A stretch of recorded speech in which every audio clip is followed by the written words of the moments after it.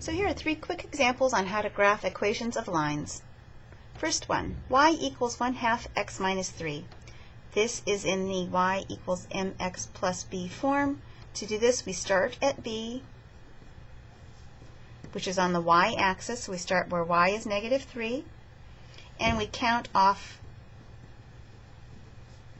our slope, remembering that it's rise over run. And rise is the change in y divided by the change in x. So we're going to rise 1, because our slope is 1/2, and run 2. So from the 1, step up, we'll run to the right 2. And you can do that again if you would like to get a few points on that line. Use a straight edge, connect them, and there's a graph of that line. Next example, y equals -2x plus 1. Again, we're in that form. We're going to start where y equals 1. This time, to look at our slope is -2.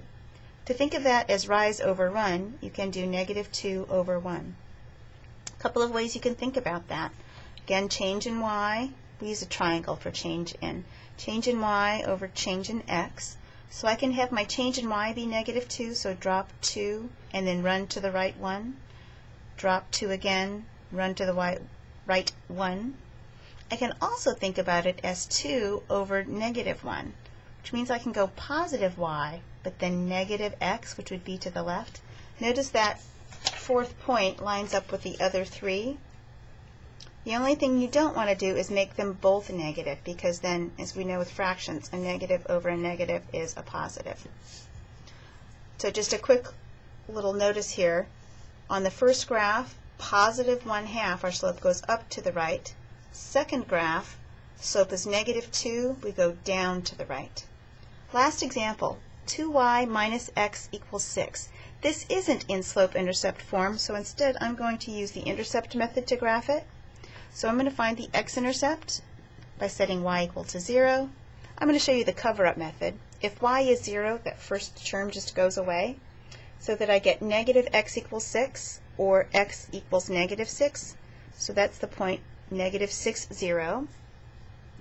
We'll pretend that's right there.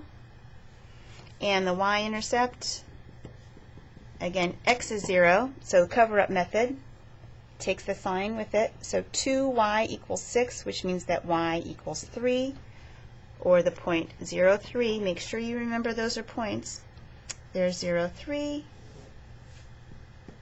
and there's that line.